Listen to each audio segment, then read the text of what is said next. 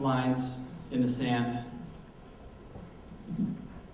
Draw a line in the sand. We won't take any more. At what point do we cross that line into war? I've stored a million images, resilient and limitless in their brilliance, outshining my mind sometimes in the limelight of the signs, pointing my life toward the lines, leading toward the horizon, and then I'm done.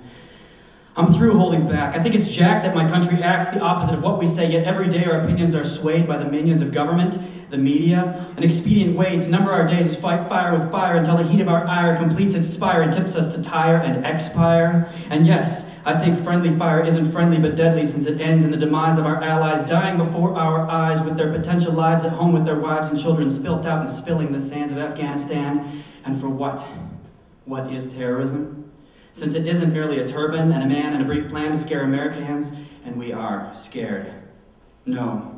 Terrorism is merely instilling terror in people, like when bin Laden's sudden attack on the World Trade Center, when we entered a new era of being terrified and terrifying, Americans crying out for the execution of the executor.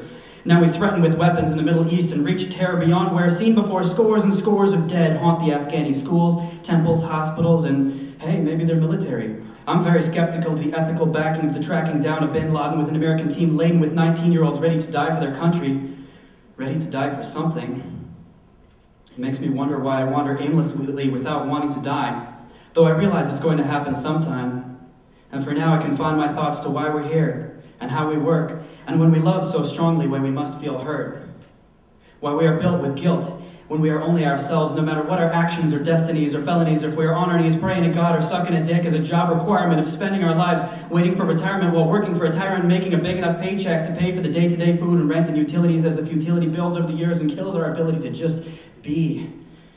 I foresee a country where democracy is the slight majority of people who care versus the 99% who don't, and don't even vote, or the increasing number who can't take a joke.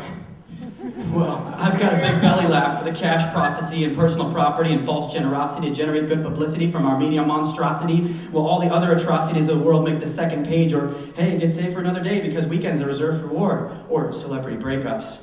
Newsflash, we make up the news, we the people, the public. The ugly is as important as the late-breaking story, taking content out of context so we can glorify whatever. Excuse my faulty precepts, but it still doesn't make sense that we can possess objects that just merely exist, like us. The spoon is, after all, what we call a spoon, and while we consume with it, the ownership is a forced relationship, as that spoon is no more willing to do our bidding than we are to do a favor for a spoon. And come on, when was the last time you guys did a favor for a spoon? And in time that we trade for money, we contract a disease where we believe even intangible concepts are assets like love, respect, and appreciation, satiating our lust for creation with false sensations of security like a roof over our heads and designer shirts on our backs. Who defined this blind contract? Fuck that. I respectfully decline to sign on the dotted line until we can define the word mine and tell me why time is money and inflation is a bitch and I am poor and the world is rich.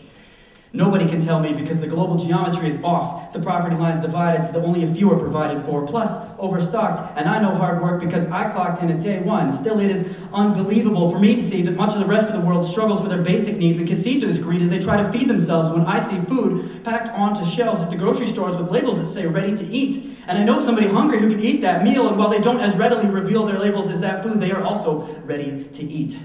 Well, I'm ready for a miracle, America. Where is the independence my descendants died for? The eyesore that I see cannot be what sea to shining sea was meant to be. And lately, I've been less stately as my country makes more money for the nation, yet I spend more at the gas station, and I pay the tax that slings the automatics on the backs of the boys who are willing to do the killing of real people because we have an oil crisis. Or at least that's what somebody decided. So why is this all happening? All said endings do badly at the box office, so how is Bush selling us on this false prophecy of a country free of fear when I am afraid to clearly state that I do not approve of the war in Afghanistan or Iraq, and that even though I do support the troops, I plan to fight back, but I lack the brutal skill it takes to kill your brother and your neighbor and still favor the idea that you're doing the right thing. So what? Here I am. I stand, a hypocrite, spouting shit about action which I am lacking, and patting myself on the back because I had the courage to say what we were all thinking. My heart is sinking, and I am thanking you all in advance for listening to my rants and taking home what you feel is best. Shalom, aloha, peace, and God bless.